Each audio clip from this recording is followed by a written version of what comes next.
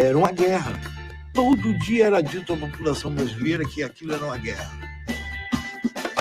Eu tinha meu cartaz nessa minha foto espalhada. Quantas vezes eu almoçava com a foto na parede em frente. Eu sou Mutantes, eu sou Caetano Veloso, Tropicália, eu sou da guitarra elétrica. Caçado, com cabeça prêmio. E até hoje eu me arrependo, que era um tiro que era para acertar o olho dele. Entrar e matar. Me acusaram do que eu fiz, me acusaram de assaltar banco para conseguir recursos para derrubar a ditadura. Toda vez que eu planejava uma ação, e era frequente, toda semana eu planejava 2, 3, 4 ações, eu me colocava no lugar mais perigoso da ação. As nossas armas, a gente ia lá no quartel do Exército, tomava o quartel e pegava as armas. Querendo amar, querendo tomar um céu de assalto, mas de uma maneira revolucionária que me trouxesse o meu corpo inteiro, minha alma inteira. Diziam para todo mundo, inclusive para o meu pai e para outros companheiros, que o Clemente não ia sair dessa vivo. Eu não faço autocrítica porque eu acho que a luta foi justa. Eles querem que eu me arrependa de uma coisa que eu não me arrependo.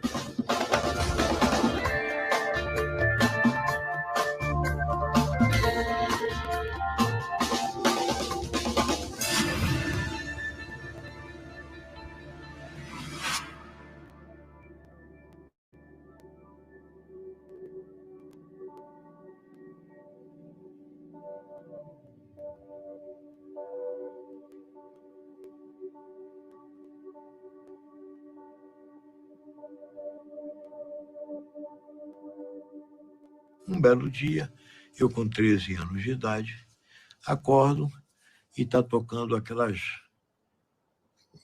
marchas militares no rádio e discursos inflamados e o aviso, não tem escola.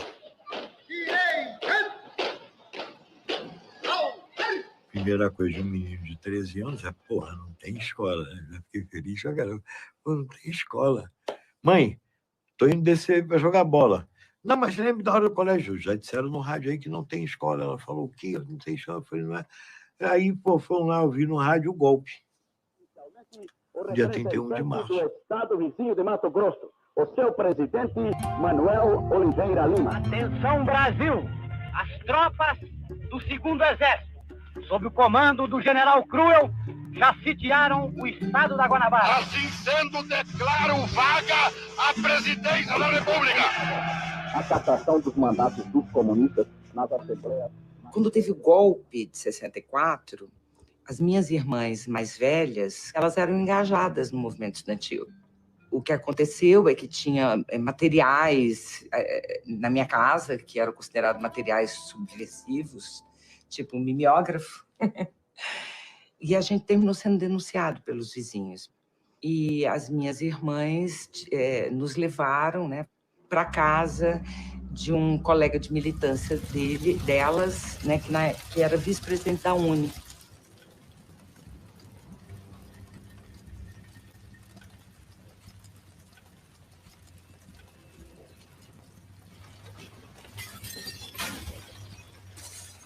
Havia, naquele momento, uma conjuntura internacional, né, que deixava a juventude muito ligada, que era a guerra do Vietnã.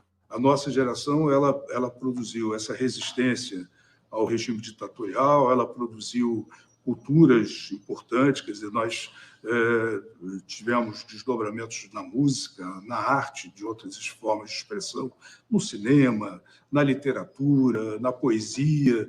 Então, eu acho que é esse contexto no qual a gente se inseriu nessa época. Você tinha um ambiente onde você achava que você podia fazer coisa, criar, que você ia a cinema, você tinha música, você tinha teatro, você tinha literatura, ou seja, um ambiente de enorme ebulição política e intelectual e artística, entende? Então, era um ambiente muito rico. Eu tive o privilégio de me formar nesse período, tanto do ponto de vista intelectual quanto as minhas convicções políticas, de eu ter formado num período de extraordinária riqueza. Isso tudo é abortado pelo golpe de 64. essa sensação de estar vivendo num país onde a democracia deixava de existir, onde a liberdade deixava de existir, a censura começava. Eu lembro sempre, quando a gente conversa com o pessoal mais jovem, que durante muito tempo no Brasil não se podia reunir mais de 10 pessoas sem pedir autorização à polícia. E quando a gente fala com as mocinhas hoje em dia e fala que para fazer uma festa de 15 anos tinha que pedir autorização da polícia, ninguém pode acreditar, mas essa era a realidade que a gente vivia. Onde é o Grêmio hoje? O Grêmio é lá, não é? Onde é que é a sala do Grêmio? Eu mostro para você. Vem, mostre, por favor. Daqui saíram muitas pessoas para a resistência democrática, muitas. Onde é? É aqui? Então mostre para mim, vamos lá. É aqui, claro. Tudo pintado, né? Com as mãos, Ah, não era aqui não. Tá certo, não era aqui não. Eu tinha uma ideia que essas rampas eram larguíssimas. Engraçado, né? Que vinha aquela galera.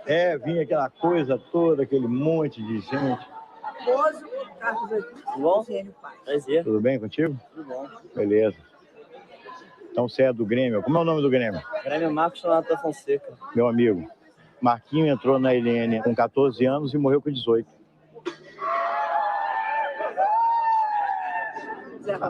A zona continua aberta, a gente sempre foi zoeiro. Tá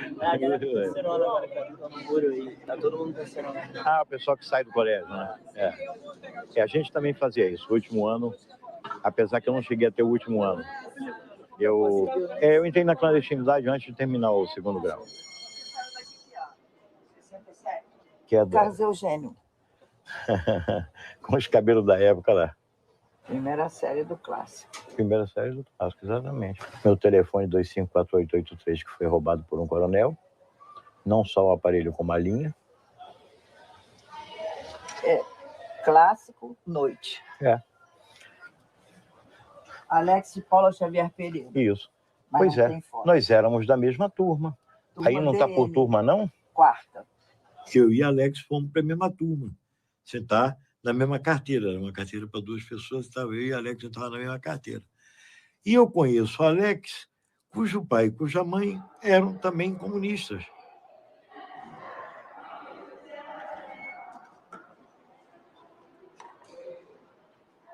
Começa a dizer, Alex, nós temos que pegar em arma, cara. Marquinho, temos que pegar em arma, Valentim, temos que pegar em arma. Porra, a gente tem que reagir, né? E Alex, calma. Eu também acho, está todo mundo na mesma. Mas espera um pouco, ele me disse assim um dia, que daqui a pouco eu vou te levar para conhecer um cara, que é o cara que está organizando tudo isso. Eu falei, tudo bem. Um belo dia, o Alex chega para mim e fala, vamos lá conhecer o cara. Aí fomos lá, num banco daqueles que ainda restava na Praia do Flamengo, e conheci Carlos Marighella. Marighella dizia assim, eu não saí do partidão para formar um partideco, ele dizia. Ele queria o seguinte, vamos desencadear vários núcleos, vamos formar vários núcleos para desencadear ações armadas pelo país inteiro, com o objetivo inicial de arrumar recursos para a Revolução, dinheiro e armas, ao mesmo tempo informando militantes no enfrentamento. Esses militantes seriam depois submetidos a um treinamento militar em Cuba, e quando tivéssemos já força acumulada, começaríamos a guerrilha rural, com o objetivo de confluir no futuro luta de massas, guerrilha urbana, guerrilha rural. E aí sim se faria uma organização, mas a ideia era partir para a ação antes de pensar numa organização mais ampla. Ação Libertadora Nacional. Marighella tinha tido a vida dele toda política dentro do Partido Comunista Brasileiro, tinha tido uma vida política extremamente intensa, tinha sido deputado federal, tinha o marxismo-leninismo como sua concepção de vida. Outra coisa eram nós, que éramos muito jovens.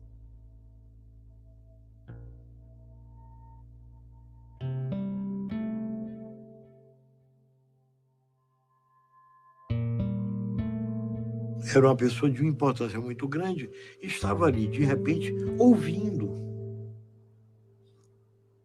os meninos, contando, propondo, olha, eu acho que tem que fazer uma organização de resistência armada, mas uma organização horizontal, porque não queremos organizações piramidais, onde 2 ou 3 acabam tomando poder e mandando para o resto da organização. E como é que se organiza. Então, aquela aula de como se organizava, do que era importante fazer. E no final da conversa eu falei, cara, eu tô nessa, pode contar comigo.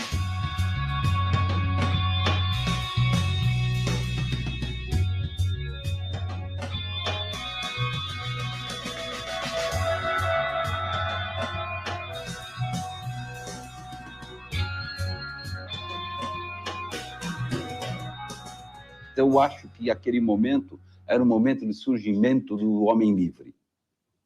O homem queria se libertar no mundo inteiro.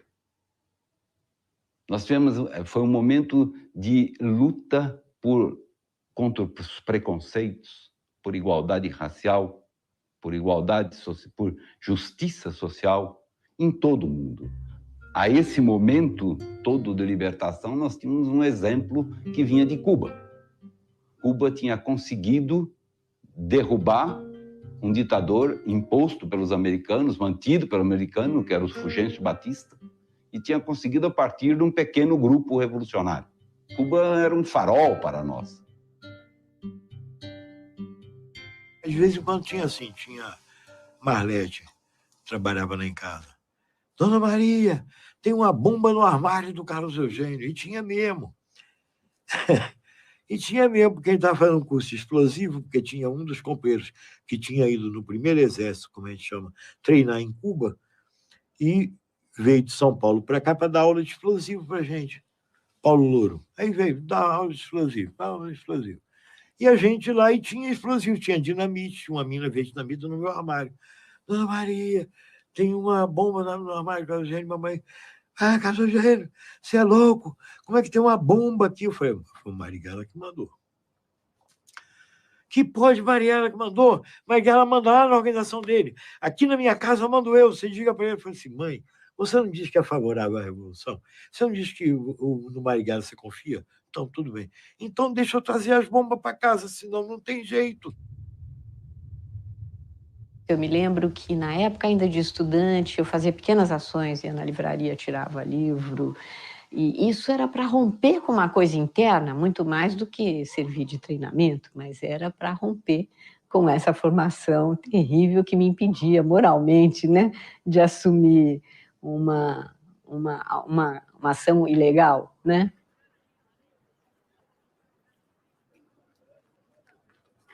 Começamos a fazer ações, sempre primeiro pequenas ações. Então, você ia lá pegar mimeógrafo para botar para fazer nos nossos jornais, placas de carro, né? Que você fazia de noite, você tira a placa para guardar, para depois você colocar em carros expropriados, em carros roubados. A gente não puxava carro igual bandido na rua.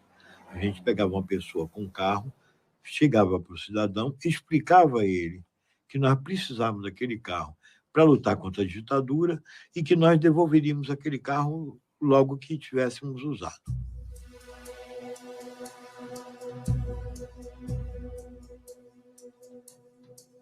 Aí, o próximo passo era tirar a arma de um guarda. Primeiro, você expropria o cara que está com um revólver, depois você expropria um cara que está com um fuzil, com uma metralhadora, uma guarita de uma unidade militar. Essa ação, na verdade, é aquela que prepara você para depois fazer uma ação de grande porte.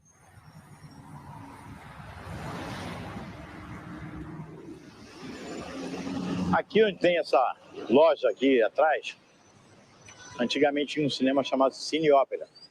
Foi a primeira ação que o nosso grupo aqui fez pelas próprias forças.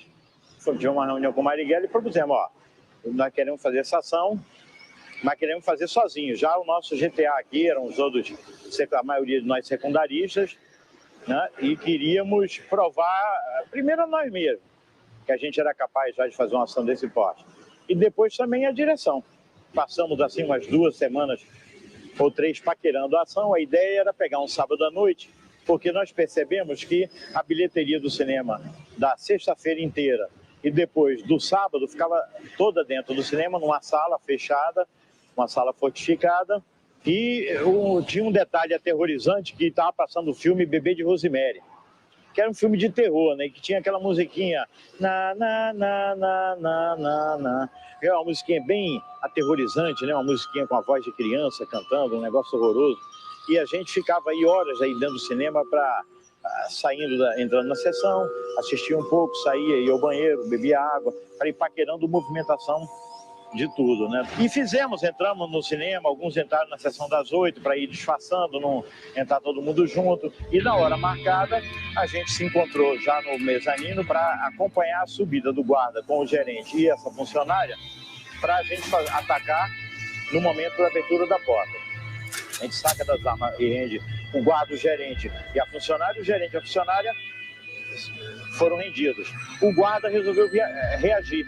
Então o guarda começa a sacar do revólver e a gente gritando com ele para que ele não reagisse, que a gente ia atirar, Eu acho que assim como a gente subestimou ele, achando que ele era um cara em fim de carreira, que ele não ia reagir, ele acabou subestimando a gente, que ele viu a gente tudo com cara de garoto e achou que a gente não ia atirar. Tanto que na hora que ele foi tirar a arma do coldre, a arma prendeu na presilha, o cão, aquela presilha que se põe em volta do cão, e ele começou a puxar e esqueceu de tirar a presilha. E aquilo demorou alguns segundos, ele puxando, e a gente dizendo, nós vamos atirar, para com isso, levanta a mão, nós vamos atirar, para com isso. E ele nada, foi continuando, aí se lembrou da presilha, soltou a presilha e sacou da arma. Quando ele sacou da arma, aí nós passamos fogo nele, acertamos mais de 10 tiros nele. Enquanto isso, o gerente puxa a funcionária com o saco de dinheiro, entra na sala fortificada e fecha. Nós já tínhamos, pela paquera, visto que não tinha como abrir a sala de fora. Então vimos o cara caído no chão, recolhemos a arma dele e fomos embora, resolvemos ir embora.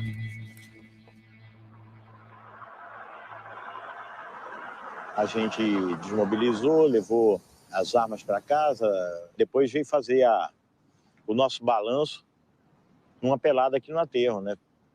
O balanço foi, olha, essa ação foi, uma parte foi uma vitória, uma parte foi uma derrota. A derrota é não termos trazido dinheiro. A vitória é a gente ter conseguido nos convencer e convencer o comando da organização, e principalmente o nosso comandante, Carlos Marighella, de que nós éramos capazes de fazer qualquer tipo de ação a partir dali.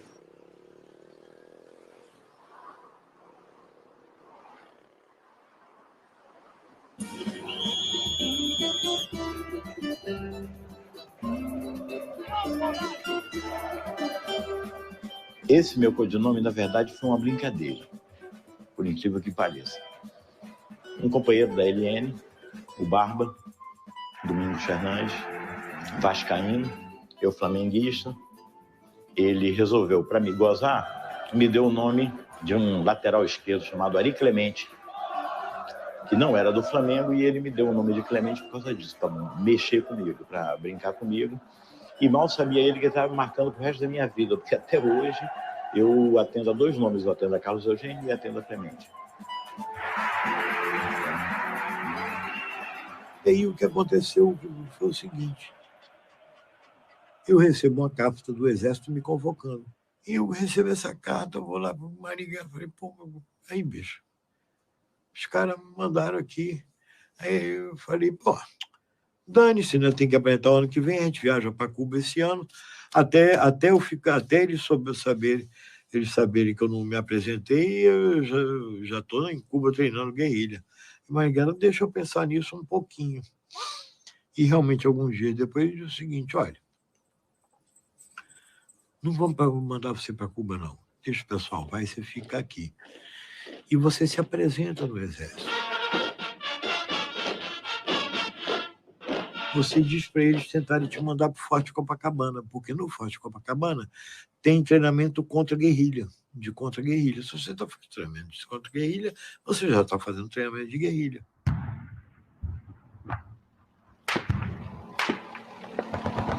Eu era muito bem conceituado. No quartel eu tinha medalha de melhor soldado, essas coisas todas, porque, na verdade, eu era talvez o único que estava treinando seriamente ali, servindo o exército seriamente, porque eu estava sendo treinado, né?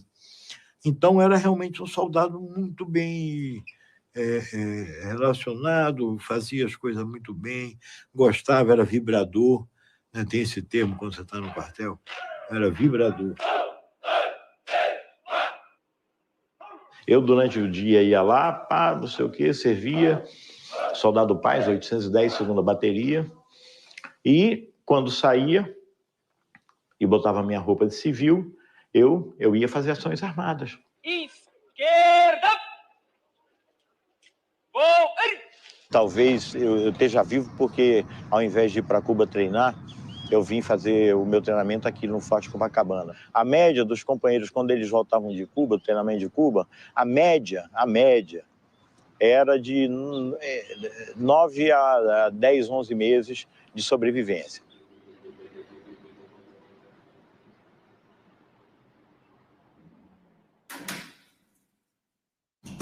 Quando a minha irmã foi presa, ele saiu de casa para não relacionar, eu acredito, né?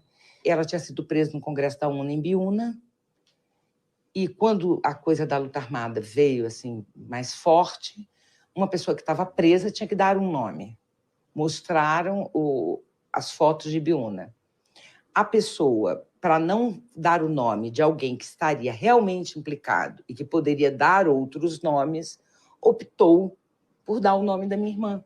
Ela foi presa sob acusação de ter participado de um assalto que ela não tinha. Rapidamente, eles começaram a me interrogar e a me torturar, choque elétrico. E os interrogatórios eram muito, muito violentos, muito agressivos, muito... Então, aí foi assim, aquela situação que você não sabe o que vai acontecer, entendeu? Eu um dia passando com um companheiro numa rua ali de Botafogo, ele me disse, eu já morei aqui para ele. Aí esse companheiro virou e disse, quem passa sempre por aqui é o embaixador americano de carro. Ele falou, foi uma trivialidade, assim, Eu saí dali matutando e eu fiquei pensando, e se nós prendêssemos o embaixador e promovêssemos uma troca de prisioneiros?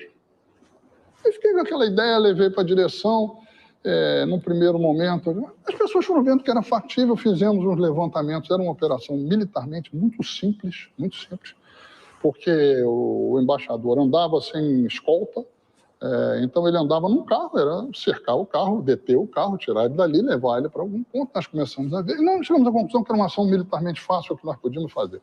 Mas nós chegamos à conclusão que a ação teria um impacto político, um peso, que não seria bom que nós fizéssemos ela sozinha, embora nós pudéssemos fazê-la sozinha do ponto de vista militar. Mas politicamente seria importante nós atrairmos outras organizações para isso. Eles procuraram a Eliane com essa ideia de fazer essa captura do embaixador norte-americano. O Toledo se mostrou favorável, vários companheiros da Eliane se mostraram favoráveis e se decidiu fazer ação. O Marighella tinha reticências.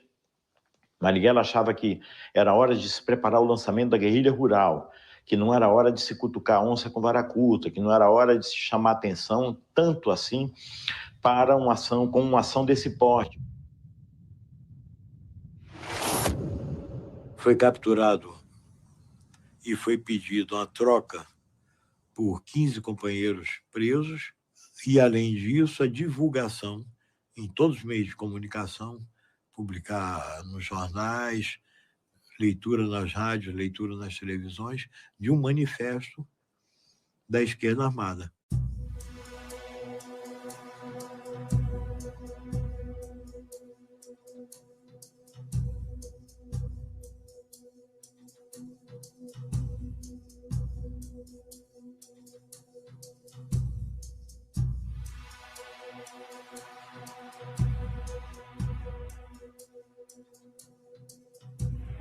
They had, as you can imagine, very little good to say about the Brazilian government. Como vocês podem imaginar, eles tinham muito pouca coisa boa, muito de bom a dizer a respeito do governo brasileiro. I told them that I deplored violence in any form. E eu lhes disse que eu deplorava a violência de qualquer tipo. And I was particularly resentful because they had made me a prisoner. E eu estava aborrecido com o fato de que eles me haviam aprisionado. I suggested that their choice of a life to lead was not a very pleasant one and was a very good one, in fact. They didn't agree with me. Eles não concordaram comigo. And they said that, in fact, that any other form of political action in this country would be doomed to failure. E eles disseram que, na realidade, qualquer outra atividade política neste país fracassaria. And for this reason, they had to resort to violence. E por essa razão, tinham que apelar para a violência. Of course, I didn't agree with them either.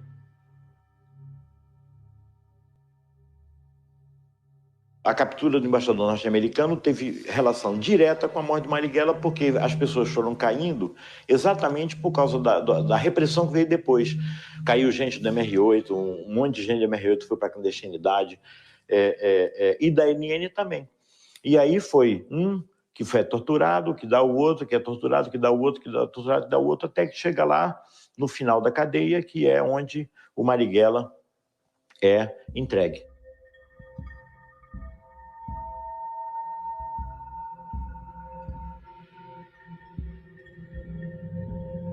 Uma das coisas que eu entendi na minha vida é que Marighella entrou na minha vida também como uma figura paterna da política.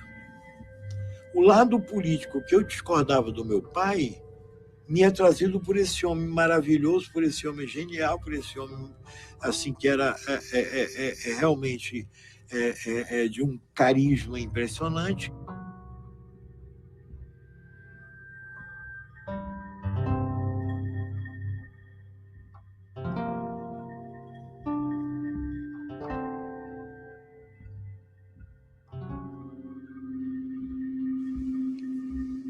Um belo dia, eu vou encontrar meus companheiros no dia 9 de dezembro de 69 e fico sabendo da queda de 2 companheiros. Falei, pô, tem que sumir. Eu não vou mais poder ser o Carlos Eugênio Sarmento Coelho da Paz. A partir de agora eu sou apenas o Clemente. Eu passei a noite, no dia 9, rasgando todas as fotografias em que eu aparecia. Hoje eu não tenho nenhuma fotografia de adolescência. Nenhuma. Só ficou a fotografia do cartaz, de Procura-se. Foi aí que eu resolvi, junto com os companheiros da organização, que era melhor sair do Rio de Janeiro. Porque só no Rio de Janeiro, só de soldados do Forte Copacabana e cabos e tenentes e capitães, tinha quase 1000 pessoas que podiam me ver na rua e me reconhecer. Então, saí do Rio.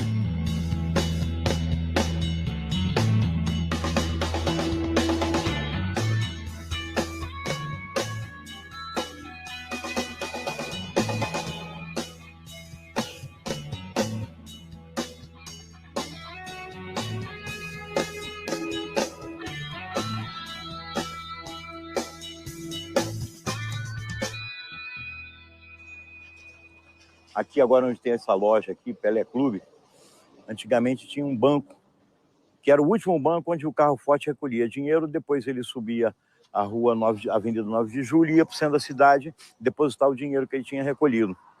Então a gente resolveu fazer o carro forte aqui.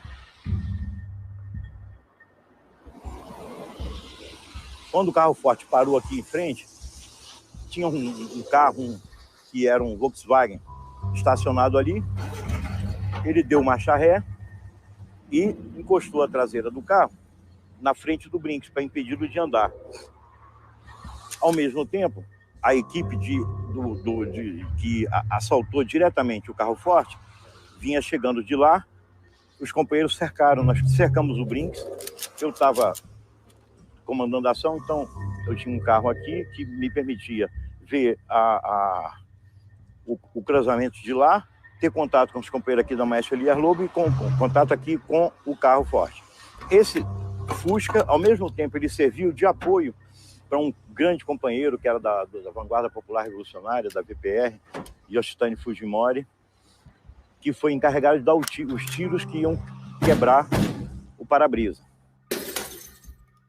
Ele realmente conseguiu romper os dois para-brisas, aí os guardas ficaram indefesos, que com o para-brisa rompido, nós chegamos lá e rendemos os caras e mandamos abrir a porta de trás, onde tinha ainda 2 guardas na parte de trás do carro. Eles abriram as portas do carro, realmente tiramos todo o dinheiro que tinha dentro, pegamos o dinheiro também do banco, porque não podia perder a viagem, colocamos tudo nos carros.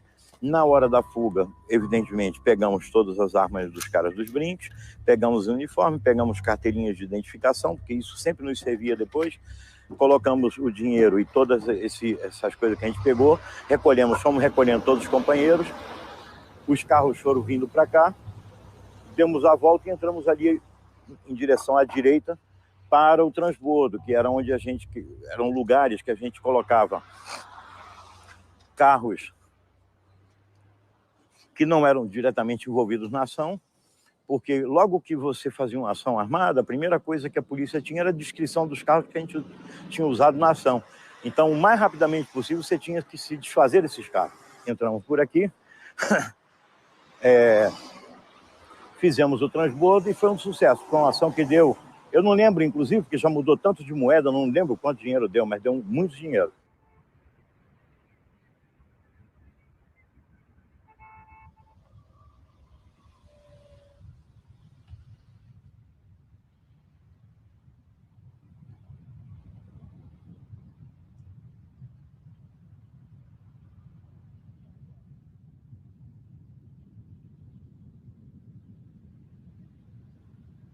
Tinha um pessoal de São Paulo que era barra meio pesada, porque, eu via um rock and roll no carro, o cara já achava que eu era um traidor da classe operária, às vezes, sabe? Que só podia ouvir Paulinho da Viola, só podia ouvir aquela música assim, bem tradição, meio Zé Ramos Tinhorão, né? Aquela coisa, música de raiz.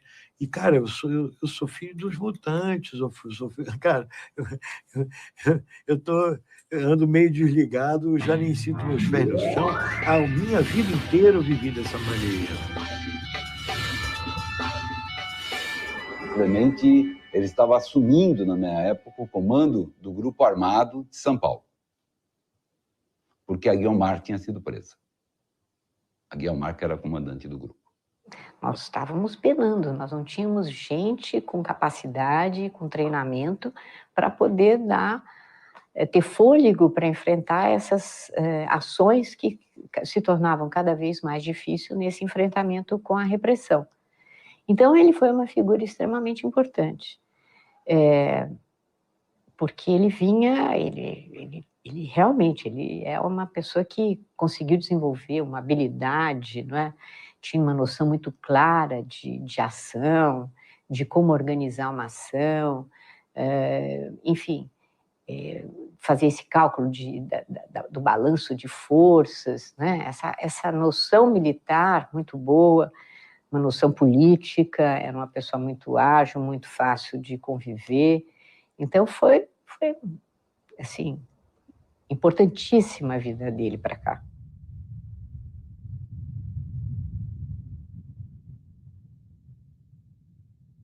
Eu sempre gosto de louvar aqueles companheiros que, ao serem presos, torturados, manteram sua dignidade e, quando conseguiam enganar a repressão e serem soltos, voltavam para a organização.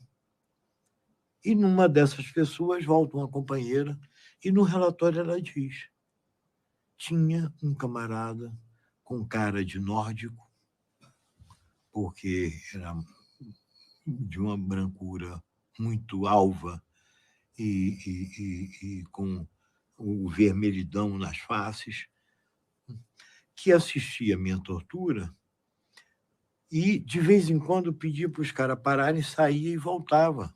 O que ele ia fazer, entre tempos, não sei, nem me interessa saber. Porque um cidadão chamado Boylissen pagava o sistema de tortura e se comprazia em assistir companheiras nossas sendo torturadas. Então, ele se tornou um alvo. O Henning Albert Boylissen, que era diretor geral da Ultragás, era presidente da Ultragás, e que, como a Ultragás colocava os seus caminhões, seus carros à disposição da repressão, nós começamos a desconfiar que eles tinham uma ligação direta. Ele era o cara que organizava uma caixinha no meio empresarial, entre os banqueiros e os industriais, para financiamento dos órgãos de repressão. Boylissen morava no Morumbi e tinha uma casa aqui na rua Estados Unidos, que é para lá, fica para o lado de lá, paralela a essa rua aqui. Então nós decidimos, no dia 15 de abril, pegá-lo aqui na rua Estados Unidos. Como tinha uma feira no dia aqui, ele pegou uma ruazinha que vem a ser essa aqui, Rua Professor Azevedo Amaral. Ele pegou essa ruazinha para entrar por aqui e pegar a Alameda Casa Branca. Tínhamos com 2 carros, 2 Fuscas atrás do carro dele, que era um carro grande, 4 portas. Ele veio por aqui, quando chegou naquela esquinazinha ali, a gente ainda tentou ultrapassar, vemos até uma leve batida no para-choque dele. Foi aí que ele percebeu que estava acontecendo alguma coisa de errada com ele, mas conseguiu manter a dianteira. Quando ele chega na esquina da rua da Alameda Casa Branca, ele teve que parar. Paramos, quase emparelhados com ele. Ao ver que ele estava se dispondo e sabendo que era um homem que inclusive andava armado, tinha 2 pistolas dentro do carro dele, desferiu o primeiro tiro. Esse tiro pegou de raspão no occipital dele, na parte de trás da cabeça. Ao perceber que a coisa, que realmente a gente estava ali para executá-lo, ele foi andando em direção à feira e nós desferimos os tiros nas costas do Boylissen.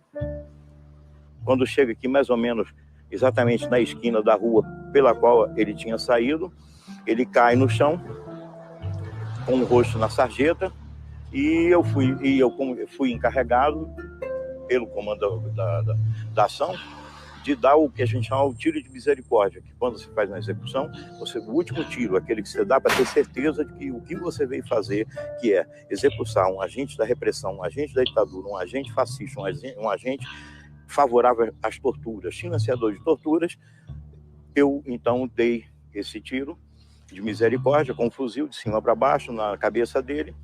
Eu e o Castro saímos por aqui com os panfletos e distribuímos panfletos na feira, jogamos para o alto, um monte, enchemos isso aqui de panfletos, explicando por que a Ação Libertadora Nacional tinha tomado aquela atitude.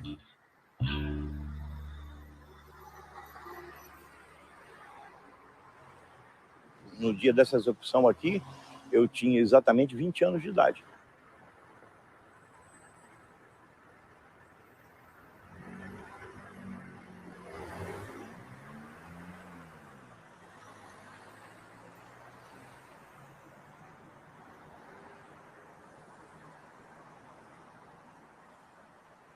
Mas as nossas ações eram muito bem preparadas. Nós sabíamos exatamente a hora que íamos fazer, o dia, qual era o trânsito local, qual era a probabilidade de ocorrência de uma reação, de onde ela viria. Tudo isso era prevenido. Tudo isso era prevenido. Porque se houvesse uma reação e você atirasse num caixa, por exemplo, seria um absurdo. Era uma ação financeira que acabaria tendo um efeito antipolítico. Deporia contra a nossa imagem política. Nós fizemos a captura do comandante do 2º Exército, que estava indo num culto na Igreja Batista. Nós capturamos, né, e os 3 companheiros que estavam na captura propriamente do comandante do 2º Exército, que era o Carnaval Pereira, era o meu comandante, o Henrique, o Castro, que era o José Milton Barbosa, da ELN, e o Clemente, né? e na cobertura estávamos nós três, o Antônio Sérgio de Matos, Antônio Carlos Bicalho Lana e eu. Então viemos para cá. Na hora da entrada do culto, o general chegou com uma segurança que já era prevista, já tínhamos visto, já tínhamos levantado a ação. Botamos fuzis, metralhadora no peito dele e falamos: ó, general, nós somos o Comando da Ação Libertadora Nacional do MRT e nós viemos capturá-lo para tocar prisioneiros. Ele ficou muito surpreso e os seguranças também. Sempre quando acontece uma coisa dessas, as pessoas se mexem, a gente gritou mesmo: ó, não se mexa que a gente vai acertar o general. E aí houve um treveiro que, ao que tudo indica, uma infiltração soube da ação e avisou a repressão. E quando nós estávamos já levando o general, chegaram 2 carros do DOI-CODE e aí travou-se um combate sem balas, né? Passou a ter uma situação. O general e a sua segurança cercada por nós e nós cercados por uma força muito maior. E vem a coisa, né? Olha, ninguém se mexe, senão aqui vai morrer muita gente. Mas o primeiro que vai morrer é o general comandante do 2º Exército. Ninguém quer a morte do general. E realmente aí parou aquela coisa toda, o cerco que estava em volta da gente nós paramos, e aí eu faço a proposta. Vamos fazer de uma maneira que todo mundo sai bem. Nós vamos recuar até o carro, o general vem nos acompanhando pouco a pouco, com a sua segurança. Quando nós entrávamos no carro, aí, perna para que te quero. A gente corre e vocês, se quiserem, podem ir até vir atrás da gente. Então, o general chega e fala: hoje aqui ninguém morre. E aí o Castro fala assim: é isso mesmo, general, hoje aqui ninguém morre. Parou o mundo e a gente ficou ali, todo mundo apontando arma para todo mundo, e se alguém espirrasse ia morrer todo mundo, né? Pra você ter uma ideia, eu estava com uma caixa de granadas que, se começasse, eu já tinha tirado o pino de 2, ia ser granada, uma coisa meio barra pesada. Então, essa aí, com certeza, é a primeira ação que eu faço, que o Carlos Eugênio está também. Saiu tudo bem. Quer dizer, nós perdemos a possibilidade de mais uma troca de prisioneiros, mas pelo menos saímos todos ilesos.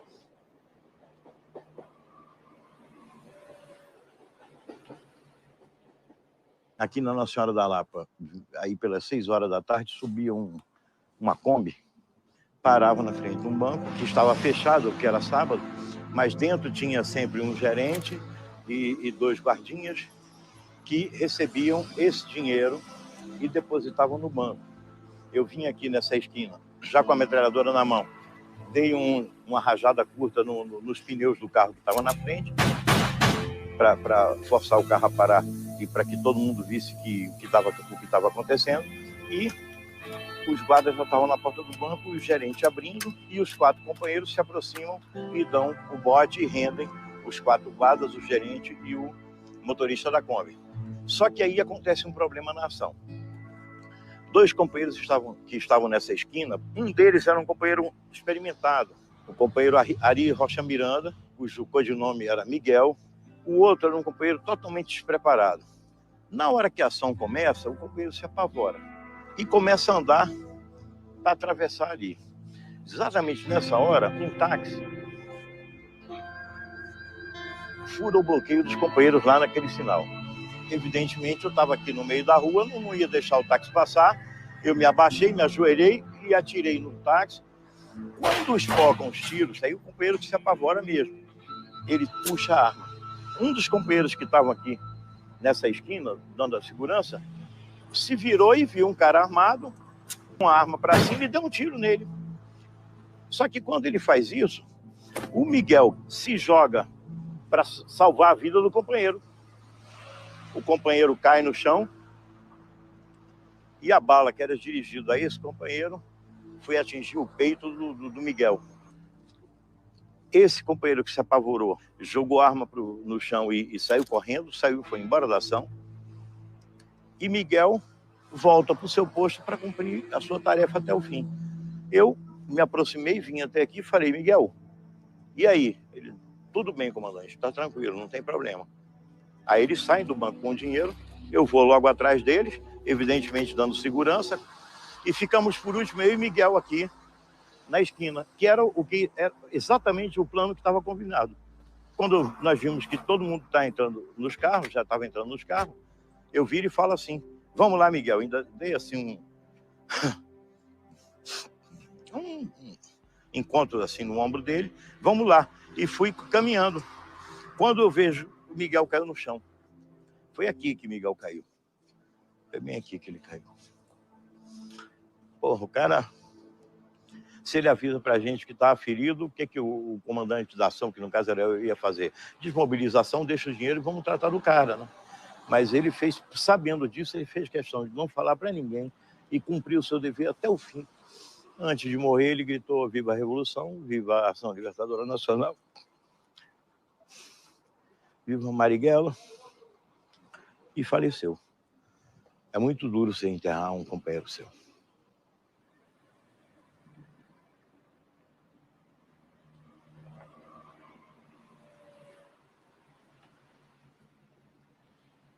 Em final de junho de 1971, um militante conhecido como Cabo Anselmo, militante da VPR, da Vanguarda Popular Revolucionária, pediu um encontro comigo, só que nós já tínhamos alguns indícios da traição dele, da colaboração dele com as forças de repressão, porque já tínhamos tido notícias de uma prisão. O cara estava querendo exatamente elementos que pudessem fazer com que a repressão me prendesse. Então, o que eu fiz? Eu peguei, voltei para o carro e falei para o Yuri, que estava dirigindo, falei: Yuri, vamos atrás dele para ver como é que ele vai sair daqui. Daí fomos, a gente vendo ele ali a uma distância segura, de repente ele entrou numa rua direita. A gente foi se aproximando, deu uma paradinha, deu uma esperadinha e fomos até a esquina. Quando a gente chega na esquina, surpresa, estava o Anselmo em pé, um monte de policiais e o Sérgio Paranhos Fleury em pessoa. O delegado, famoso por ser um lacaio da ditadura, por ser um torturador emérito. Na hora em que a gente viu ele, que estava passando assim, o Fleury olha e vê o nosso carro. Aí a gente arranca e ele vai e manda a equipe dele e vieram atrás da gente.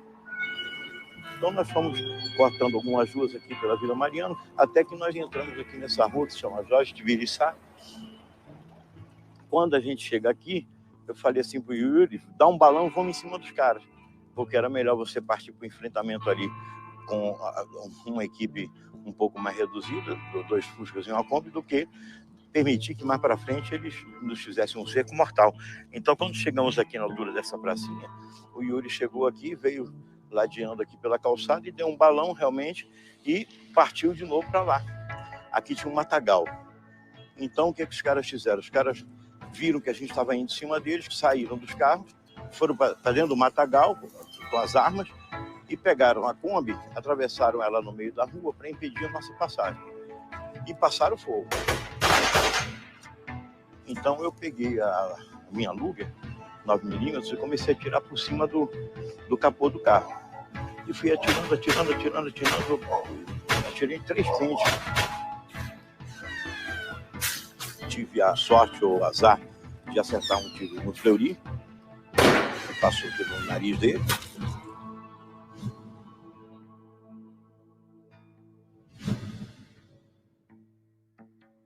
Depois ele apareceu aí de curativo no nariz. Infelizmente não acertou numa parte letal. Fugimos, subimos a rua e desaparecemos na estrada.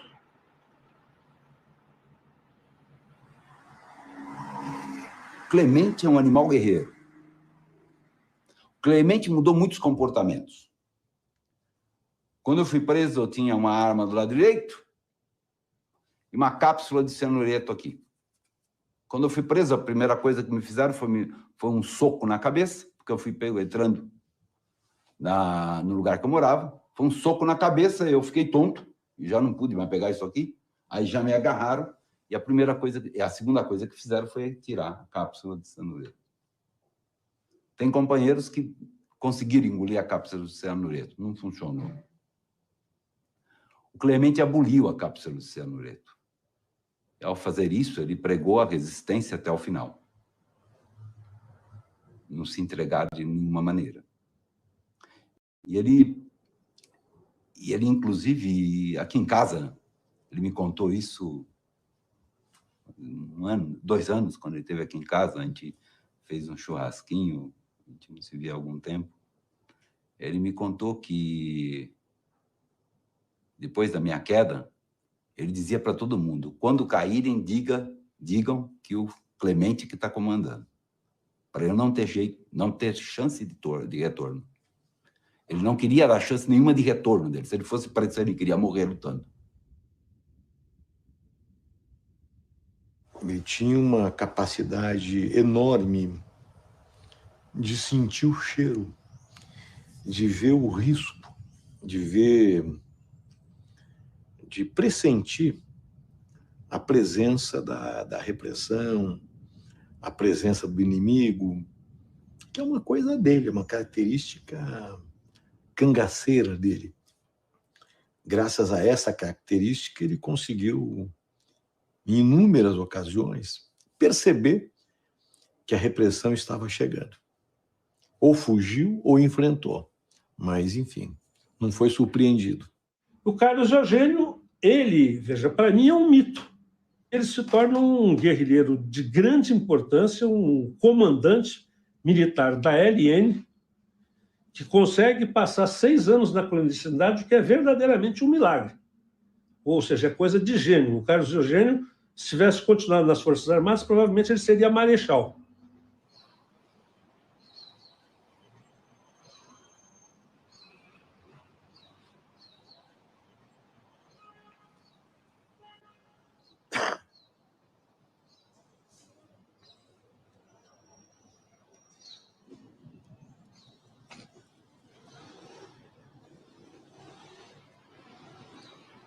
Nesse largo, exatamente no prédio, aqui em frente, que tem uma fachada hoje bastante pintada de preto, ali em frente, morava meu pai no dia que eu entrei na clandestinidade. Meu pai foi muito importunado pela ditadura, porque, claro, eles não podiam prender meu pai, porque meu pai era um funcionário respeitado, não tinha nada a ver com isso, e todo mundo sabia das convicções políticas dele, que ele não tinha nada a ver com isso. Mas perturbavam muito meu pai assim. Eles achavam que em algum momento eles podiam convencer meu pai a me procurar na clandestinidade e me entregar para a repressão. E fizeram várias vezes essa proposta, meu pai.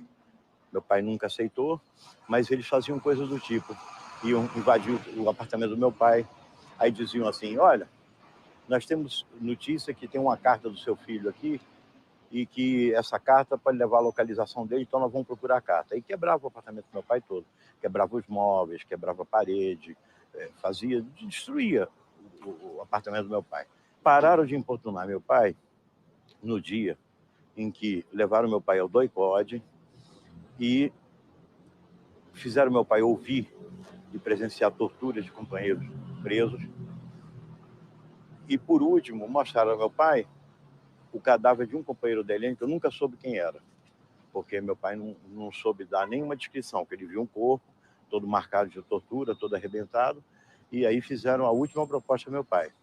Disseram assim para ele, seu Carlos, se o senhor quer seu filho de volta sem que a gente lhe devolva dessa maneira, e mostrava o cadáver do nosso companheiro, o senhor tem que fazer o seguinte, o senhor tem que procurá-lo e convencê-lo a se entregar, e dizer que nós vamos respeitar a vida dele, ele vai ter que contar tudo o que ele sabe, mas a gente deixa ele sair vivo.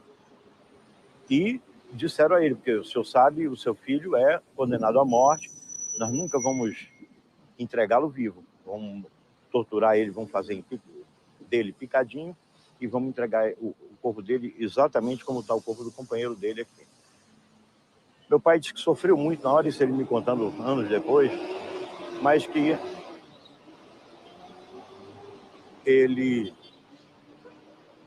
resolveu dar um fim naquela história, porque ele sempre dizia, não sei o quê, desconversava, e ele disse que foi a única vez em que ele enfrentou os caras e falou o seguinte, olha, pois então que entreguem meu filho assim, porque eu jamais ajudaria meu filho a se transformar num traidor.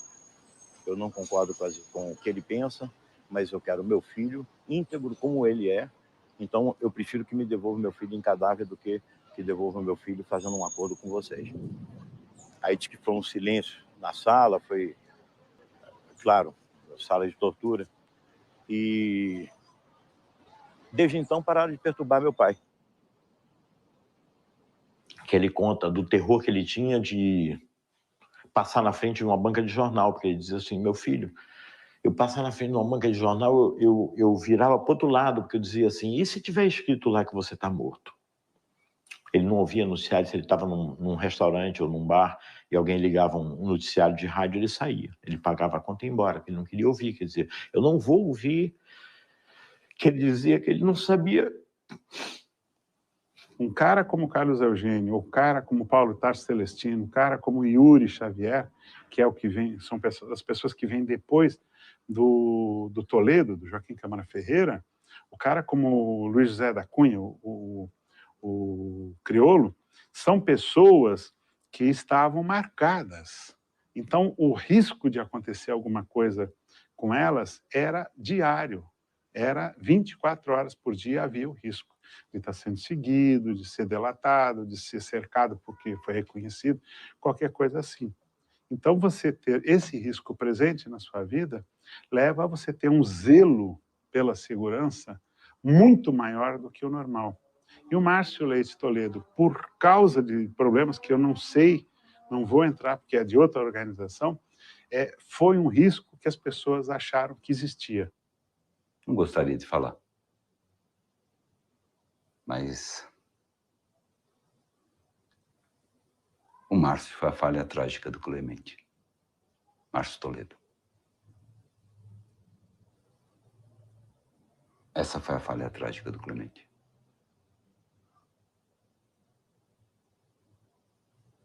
O Che Guevara executou um companheiro. Todo mundo acha bonito que o Che Guevara tem uma boina, tem uma estrela dourada na frente da boina e é longe daqui.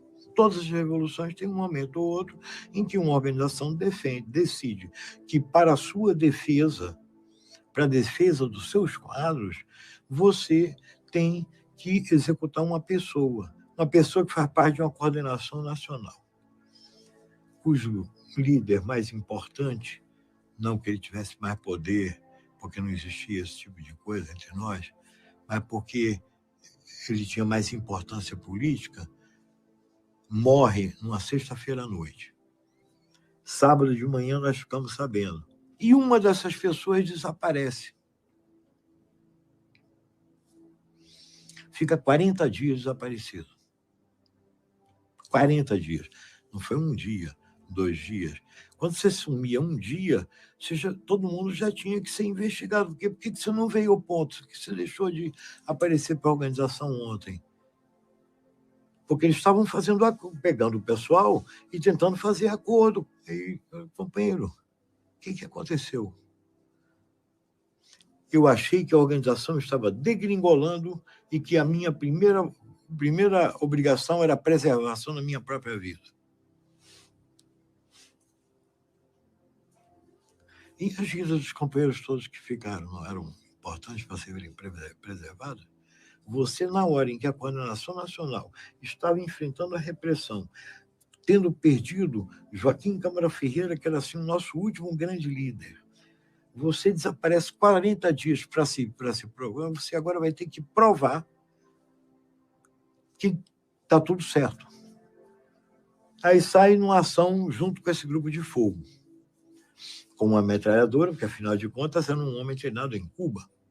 Quando chega na hora que estão trocando as placas do carro que eles tinham roubado, chega um carro de polícia. Quem é que tem que atacar o carro de polícia para proteger os outros 3 que estão com revólver e pistolas?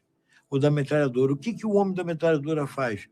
Ele corre, ele foge, deixando seus companheiros nas garras da polícia. Os companheiros se safaram por sorte, que a melhor arma, a arma mais potente, de maior poder de fogo que eles tinham, estava nas mãos de Márcio, e Márcio correu e fugiu da polícia. Companheiro, nós conversando, não está dando para você ficar no Brasil, por que você não sai fora? Você está assim, você está fugindo na ação, deixando seus companheiros. A gente só pede o seguinte, que você durante 6 meses não volte ao Brasil, que é para a gente poder desmobilizar as coisas que você conhece. Não. Insistência, vai para fora, vai para fora, vai para fora.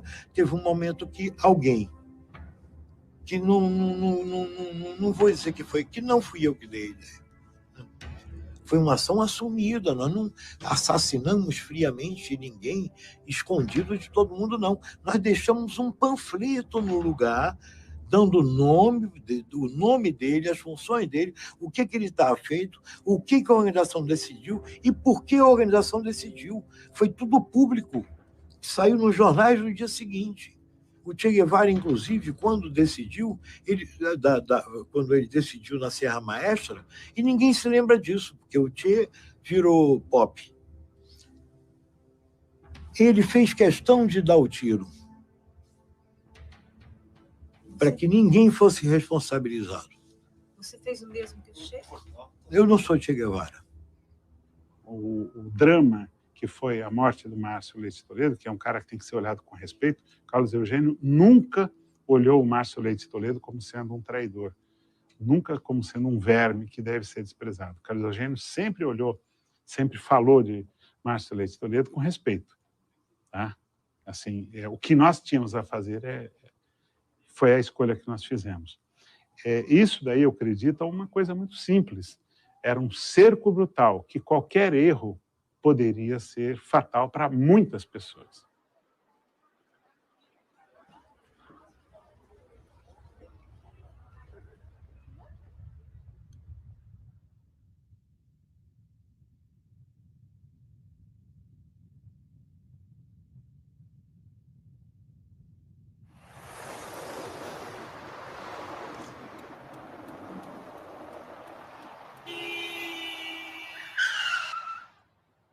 Aqui, nessa rua aqui, entre esses carros e esse restaurante, deu-se realmente uma grande tragédia.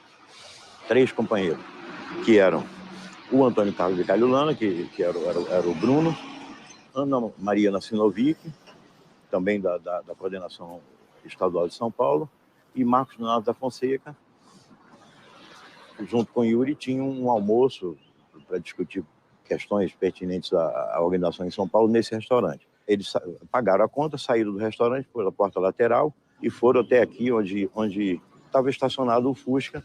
Os 3 companheiros ficaram na porta do Fusca, na porta aqui do carona. O Bruno entrou, ele que era o piloto do carro, abriu a porta, se sentou e disse que deu aquela baixadinha assim para puxar a maçaneta para abrir a porta para os outros 3 companheiros entrarem no carro. Diz que exatamente nesse momento em que ele puxou a maçaneta, espocou o tiroteio. Foram várias metralhadoras e fuzis atirando ao mesmo tempo, pistolas, revólveres. Diz que o carro já foi todo penetrado de bala, ele já foi ferido nesse momento, né, com essas 3 balas no braço, na coxa e no pé, mas como ele estava abaixado, quando ele ouviu, ele já estava meio curvado, quando ele ouviu o barulho, ele se abaixou, acabou de se abaixar. Viu os 3 companheiros caindo e falou, pegou a metralhadora e falou, vou ter que sair daqui para sobreviver. Ele sai e começa a atirar em cima, os policiais, quando ele começa a atirar, eles se escondem e ele começa a correr. O Bruno Lana sai de lá ferido na perna. Ele consegue escapar para contar a história. Não sabemos como é que chegaram na gente. Me falaram que eles estavam sendo seguidos lá de Guarulhos já. E eles entraram aí. Quando eles entraram aí, a polícia esperou. Depois eu lembro também que o proprietário lá do Varela, a churrascaria, foi executado também às 7 horas da manhã, mais ou menos, nessa hora que ele abria a churrascaria. Um carro estava estacionado. Quando ele levantou a porta, eles metralharam. Eu conhecia muito bem, a gente vinha até eu e meu marido jantar aí, muito velho daí, ele era português. Eles vieram aí e acho que olharam bem para ele, né, viram que era ele. E quando foi um dia, eu vim buscar pão 7 horas da manhã, Ele estava morto na porta já, estava todo coberto de jornal. Pensaram que era o dono, mas não era o dono.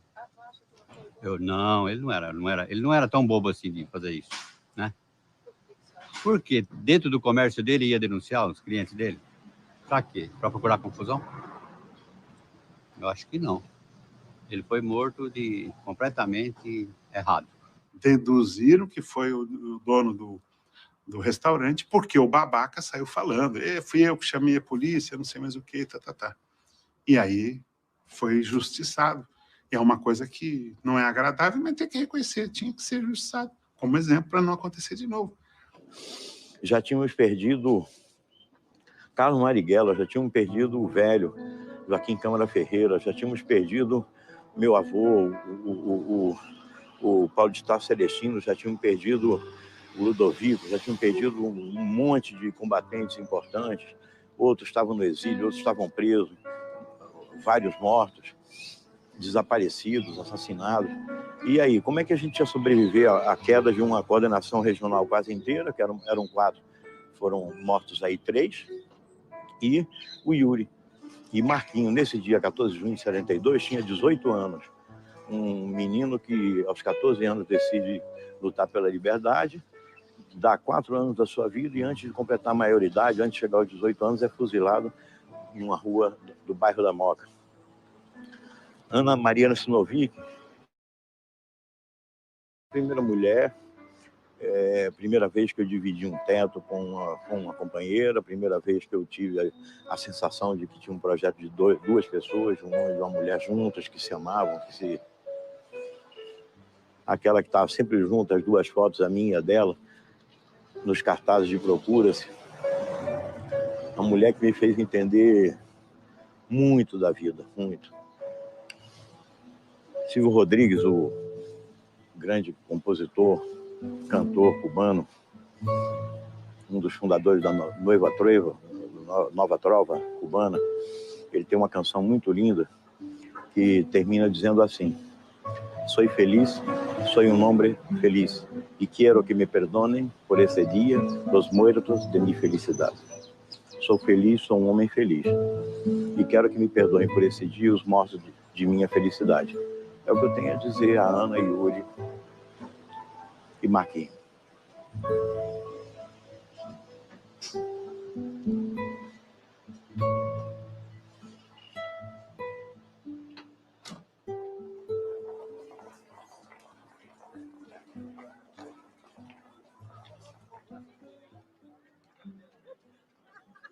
Em 72, comecinho de 72, a direção do MR8, um certo número de quadros, saiu do Brasil e veio discutir no Chile com os companheiros que estavam no Chile e estavam no exterior, fazer um balanço. E foi quando se decidiu que nós vimos parar a luta armada. A luta armada era um equívoco. Nós tínhamos que retomar o trabalho de massa, retomar o trabalho sindical, o trabalho de bairro, o trabalho de estudante, sabendo que aquilo era uma coisa para muito tempo, mas que nós tínhamos que reorganizar a população e não nos distanciar da população em torno da bandeira da liberdade democrática, da Assembleia Constituinte. Logo depois começou a falar da anistia. Fomos acusados duramente por algumas organizações guerrilheiras de desbundados, entende? Era uma coisa difícil, as pessoas de quem eu gostava, porque eu tinha respeito e que eu sabia que tinham respeito por mim, eram, no entanto, muito duras, era muito difícil. Hoje em dia a gente olha e diz como que eles não percebiam que estava errado. Mas é muito difícil quando você carrega nos ombros a morte de tantos companheiros, de tantas pessoas, tantos sacrifícios, etc., você chegar e dizer assim, isso foi errado. É muito difícil. Eu, por exemplo, com tranquilidade, eu digo, já naquela época, eu dizia, tem que se parar a luta armada, tem que se recuar, tem que se fazer autocrítica do militarismo que dominou as nossas posições, tem que reatar nossos laços com a população, é o trabalho de formiguinha, pouco a pouco, vamos levar anos, etc. No período que foi ali de 72, etc., eu achava a posição da LN já um equívoco monumental. Para mim, é uma coisa evidente que a luta armada estava vencida, derrotada e que devia se suspender. E eu achava um equívoco se prosseguir naquilo, entende? Eu tinha respeito, mas tinha divergências muito grandes com companheiros da LN com quem eu tinha relações. Eu dizia isso abertamente, mas para eles eu era um desbundado nessa época. A única coisa que eu, pelo que eu ouvi, pelo que eu tive a oportunidade de ler, é que ele faz isso procurando pegar aquele momento e fazendo, ainda hoje, a defesa da justiça daquele momento. Quer dizer, ele permanece com a visão da época. Ele não se permite, ou não conseguiu, ou não... E aí, então, eu divirjo, é aí que eu divirjo, porque ele não consegue avaliar, mesmo com a distância, com o tempo, com as experiências vividas, quer dizer, o que foi aquilo. E o que é mais, que eu considero mais equivocado, é ele achar que o gesto dele dizer que participou de uma atitude que ele chama de heróica pode contribuir para que outros que participaram de atitudes dramáticas, de repulsa na sociedade, que são atitudes de participar de câmaras de tortura, atitudes indignas, sirva de incentivo para que atos de indignidade possam ser revelados como se fosse fruto de um trauma. Então, é querer dar um peso a uma atitude política incorreta como estímulo a que venha uma atitude correta na sociedade. Eu não consigo entender que isso possa dar certo. Era uma guerra onde a vanguarda, veja, pegava em armas, utilizando do direito legítimo de resistência e, dessa forma, conseguia abrir brechas, veja, e ganhar tempo para que a sociedade voltasse novamente a se reorganizar, a se remobilizar e poder enfrentar, veja, o governo através de outros tipos de ação e de resistência que não eram através das armas. Aqueles que sabiam onde o Carlos Eugênio estava eram um dos poucos que não falaram. Ele foi beneficiado por isso. Isso faz parte da sorte. A sorte e o faro do Carlos Eugênio, esse instinto de gato, acabaram fazendo com que ele, permitindo que ele sobrevivesse e, enfim, se transformasse até numa bandeira que a repressão não conseguiu levantar.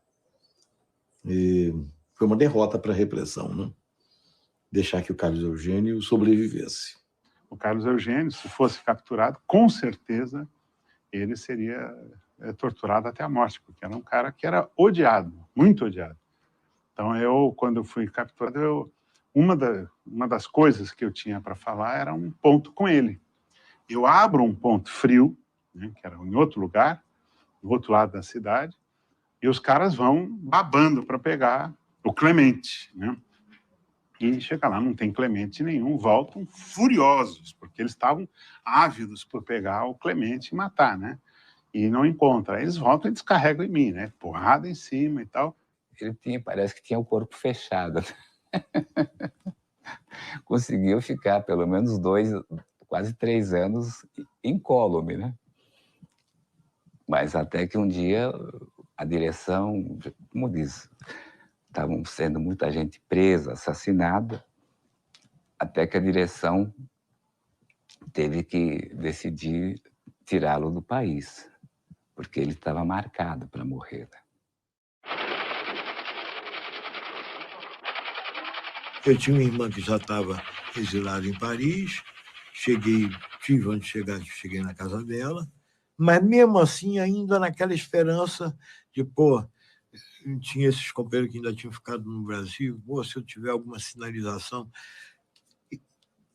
consegui marcar um encontro com a minha mãe. Minha mãe estava clandestina aqui no Brasil ainda, só que eu não conseguia marcar, não conseguia ter condições de marcar alguma coisa com ela para voltar ao Brasil e ter segurança de encontrá-la no Brasil. Aí vai presa minha mãe. Quando vai presa minha mãe, eu falei, agora o último contato assim, mais claro que eu tinha, que eu podia voltar para o Brasil, já foi desfeito, e então, em agosto de 1974, procurei a OFPRA, Office Français de Protection des Réfugiés et Apatrides, Bureau Francês de Proteção aos Refugiados e Apátridas, eu tinha que provar que eu era perseguido.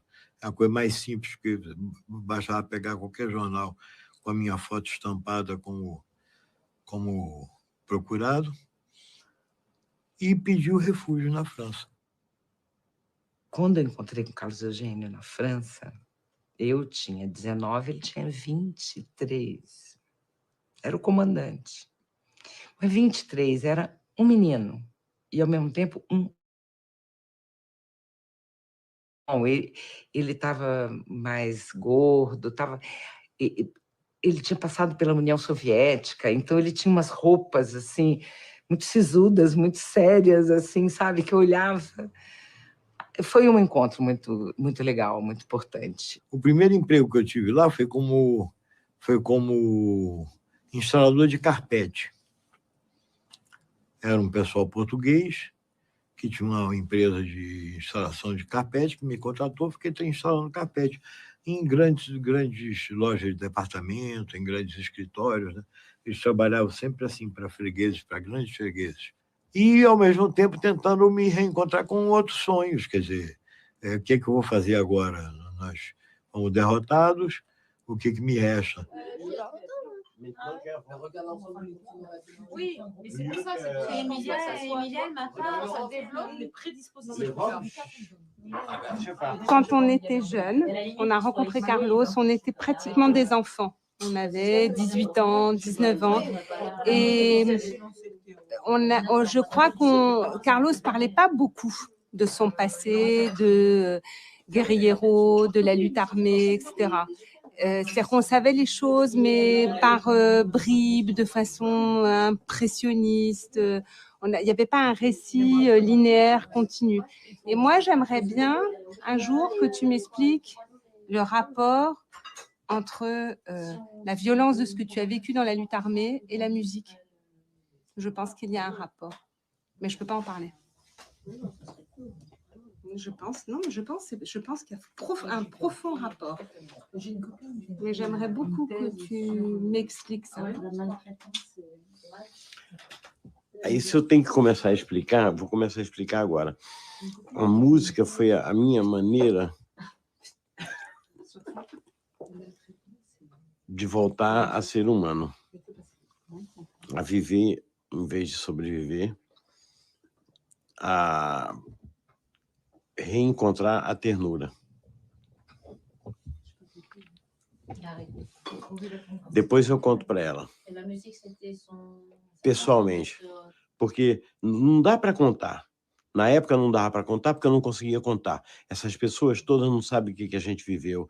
Essas pessoas não sabem. Essas pessoas ainda acham que as situações são número de morto, número de torturado, essas pessoas não sabem o que é ter vivido o que a gente viveu. Aí eu fico contando que nem maluco, porque eu quero contar, porque eles morreram, eles não podem contar. Então eu tenho que contar porque alguém tem que contar. E, por acaso, eu sou o que sobreviveu. Então, eu tenho que contar aquilo que aquelas pessoas morreram, gostariam de estar contando hoje. Então, o que eu digo? Eu digo assim, gente, parem de fazer contas. É liberdade, igualdade e fraternidade? Porra, minha mãe foi torturada, cara. A minha mãe, ela foi torturada durante 48 dias, direto, torturada, estuprada, deram-lhe choque na vagina, deram-lhe choque no ânus, fizeram tudo para ela dizer onde eu estava. Ela não disse onde eu estava. A minha primeira mulher, um grande amor da minha vida, tive outros grandes amores, Ana Maria Nassinovic. Mataram ela com 348 tiros no peito, na barriga, nas costas, nas pernas, nos braços. Ela está morta. Ana Maria Nassinovic. A primeira mulher que eu amei, com quem eu vivi, que eu juntei as minhas escovas de dente, que eu juntei os meus sonhos, que eu juntei as minhas perdas, que eu juntei tudo. As pessoas não sabiam tudo que eu tinha vivido. Vocês sabiam que eu tinha tido uma mulher que morreu com 348 tiros no corpo? Você sabia, porque a gente era casado, a gente viveu 4 anos e meio junto. On savait très bien ce qui se passait en Amérique latine quand même, mais on le savait d'une façon... Oui, c'était romantique, c'était abstrait, Ouais. c'était... Je suis tout à fait d'accord avec toi. Mais je pense que toi, tu as dû mettre entre parenthèses des choses. Exactement. Et cette mise entre parenthèses... L'exil, c'est une parenthèse. Ai, essa terra ainda vai cumprir seu ideal. Ainda vai tornar-se um imenso Portugal. Ai, essa terra ainda vai cumprir seu ideal. Ainda vai tornar-se um imenso Portugal. Guitarras e sanfonas, jasmins, coqueiros, fontes, sardinhas, mandioca, num suave azulejo.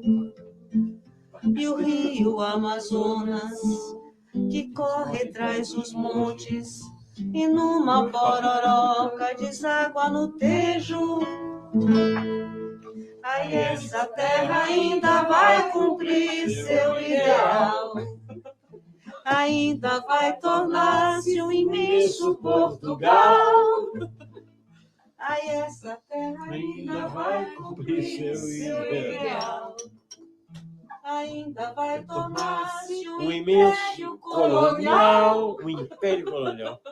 Genial.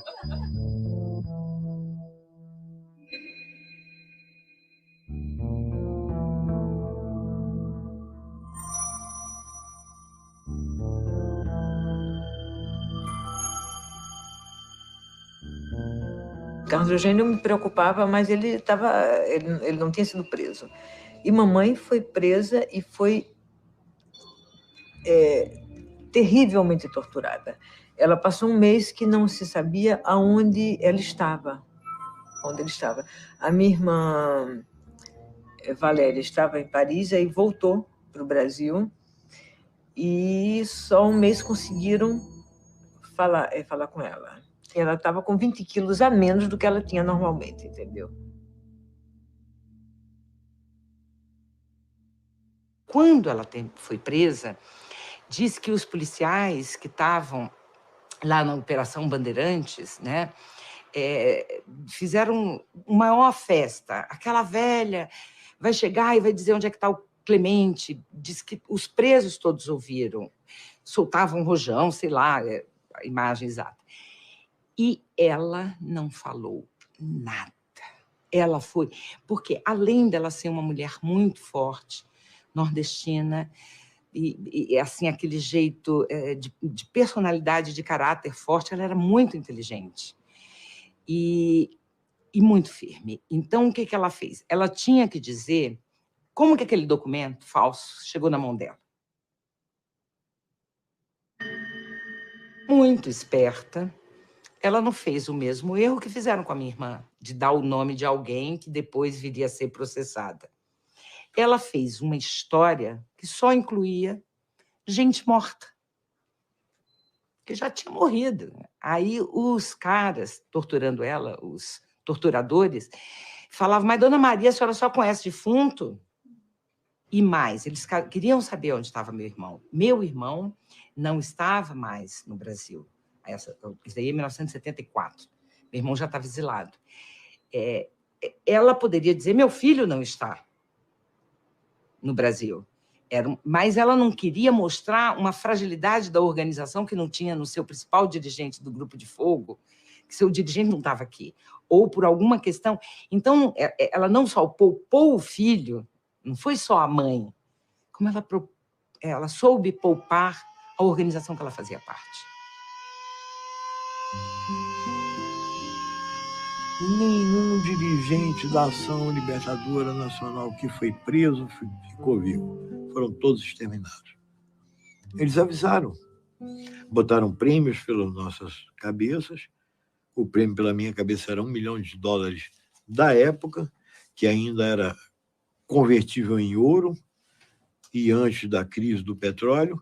Tem um companheiro que fez a conta aí e disse que a minha cabeça, na época, era mais cara do que a do Bin Laden nos dias de hoje, antes dele morrer. Sei que era muito dinheiro. dinheiro que eles repartiam entre o comandante do DOI-CODE até o último carcereiro. Eles iam dando proporcionalmente o dinheiro, prêmios pelas nossas cabeças. Outro orgulho meu, não pagaram o prêmio pela minha cabeça, não pagaram. Ninguém tomou nem um champanhe pela minha morte.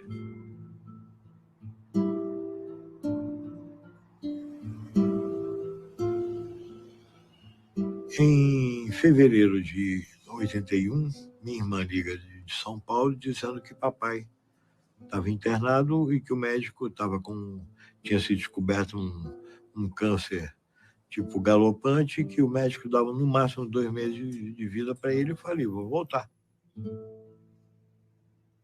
Quand on vivait ensemble, je savais bien qu'un jour, il retournerait au Brésil, mais on ne savait pas trop quand. Et il était question peut-être que j'aille vivre là-bas, moi aussi. En fait, c'était un peu flou, quoi. Et puis un jour, en fait, il avait de mauvaises nouvelles de son père.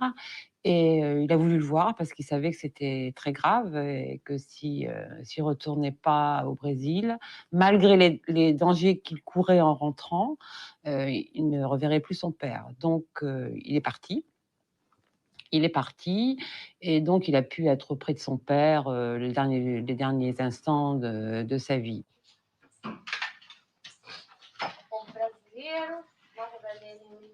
Em 1996, eu estava numa livraria e tirei um livro. Estava escrito A Viagem à Luta Armada, Carlos Eugênio Paz. E eu olhei assim, atrás do livro, li as orelhas do livro, e falei, mas eu nunca ouvi falar. Carlos Eugênio Paz, o terceiro comandante da LN? Falei, mas eu só sabia de 2, o Carlos Marighella e o Joaquim Câmara Ferreira, né, conhecido como Toledo. E eu falei, nossa, mas que interessante. Aí eu li o livro num dia, assim, né? E quando eu conheci, conversamos e tudo, conversamos em 2 sábados consecutivos, e surgiu um encantamento, eu fiquei encantada mesmo. É engraçado, parece até que assim um pouco o jeito que eu vivia as minhas relações durante a clandestinidade, que a gente tinha aquela sensação que você se separava da pessoa amada de manhã, como se fosse a última vez que fosse vê-la, né? Porque você não sabia se ia reencontrar a pessoa à noite. E depois que saí da clandestinidade e tudo, apesar de toda a intensidade que eu fui vivendo na minha vida, eu nunca mais tinha sentido essa sensação. Mas com Maria Cláudia eu tenho essa sensação que cada dia que eu acordo assim, eu tenho vontade de dizer que eu a amo, eu tenho vontade de dizer que ela é a mulher que me faz feliz, sabe? Eu tenho vontade de fazer carinho nela, de mostrar para ela, porque eu não sei, eu estou no outono da minha vida. A probabilidade da morte hoje para mim é talvez mais próxima do que eu vivi quando eu era clandestino e caçado do que na juventude posterior à clandestinidade, sabe? Então eu tento não perder nenhuma oportunidade de dizer que eu a amo, de dizer que eu tenho um profundo respeito por ela, pelo que ela enfrenta na vida, pelos shows que ela deu. Maria Cláudia é de outra geração, Maria Cláudia tem metade da minha idade. E as lutas que ela trava são outras, mas são a mesma.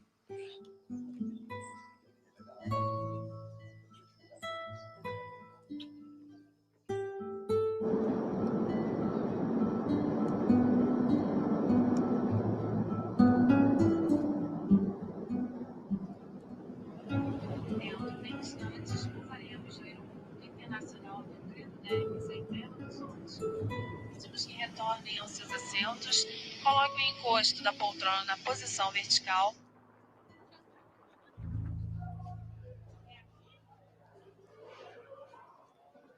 Que jamais deixarão de fazer com que esse país se transforme numa pátria em que haja principalmente liberdade para todos, pão para todos e principalmente igualdade, fraternidade e democracia.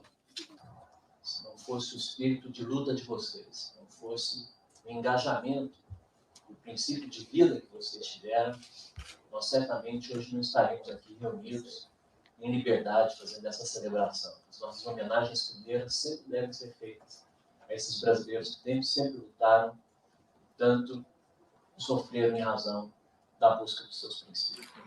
Então, coloco em pauta para julgamento o processo número 2003-01-27650, requerente ao senhor Carlos Eugênio Sarmento Coelho da Paz, presente. Trata-se de requerimento de anistia protocolado nesta comissão, pleiteando por sua declaração de anistiado político, bem como os demais direitos expressos na Lei 10.559. Desertou como soldado. 2. Que foi integrante do Comando Nacional da LN e chefiava o Grupo de Trabalho Armado, GTA. 3. Que era considerado pelos órgãos de segurança como elemento de alta periculosidade, subversivo e terrorista, tendo participado de diversos assaltos e do sequestro de dos embaixadores da Alemanha e da Suíça.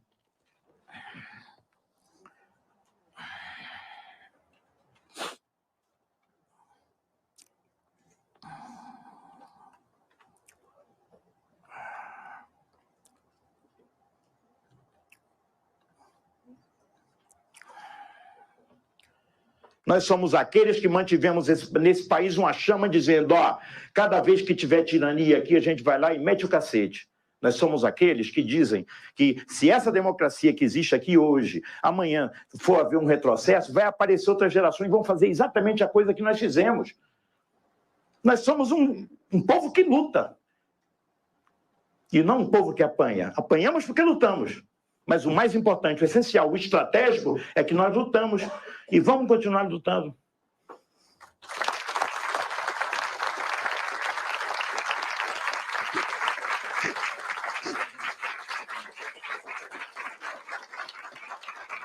Por este ato, em nome do Estado brasileiro, nós fazemos o pedido de desculpas, senhor Carlos Eugênio, por toda a perseguição, por tudo aquilo que o Estado lhe fez de ruim, de injusto, nesse período que foi a sua luta.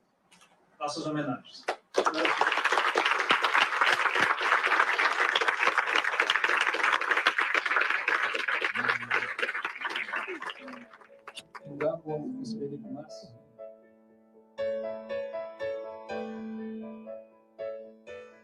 Então, essa questão de autocrítica pode me cobrar à vontade, que eu morro, mas não faço autocrítica. Nós devíamos ter lutado, ainda bem que lutamos, porque deixamos um exemplo para nossas juventudes, para nossas novas gerações, um exemplo para os golpistas, que saibam os golpistas, que se nesse país tiver golpe, vai ter sempre gente que vai resistir.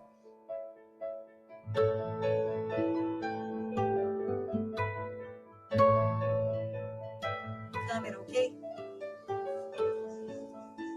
Ação. Meu nome é Carlos Eugênio Paes, codinome Clemente, lutei nos anos 60 e 70. Volta. Vamos contar de novo. Não, pode continuar. Não vai voltar, fica andando, né? Meu nome é Carlos Eugênio Paes, codinome Clemente. Lutei nos anos 60 e 70 contra a ditadura no Brasil. Agora você vai conhecer a minha história. Roda. Meu nome é Carlos Eugênio Paes, codinome Clemente. Nos anos 60 e 70, lutei contra a ditadura no Brasil.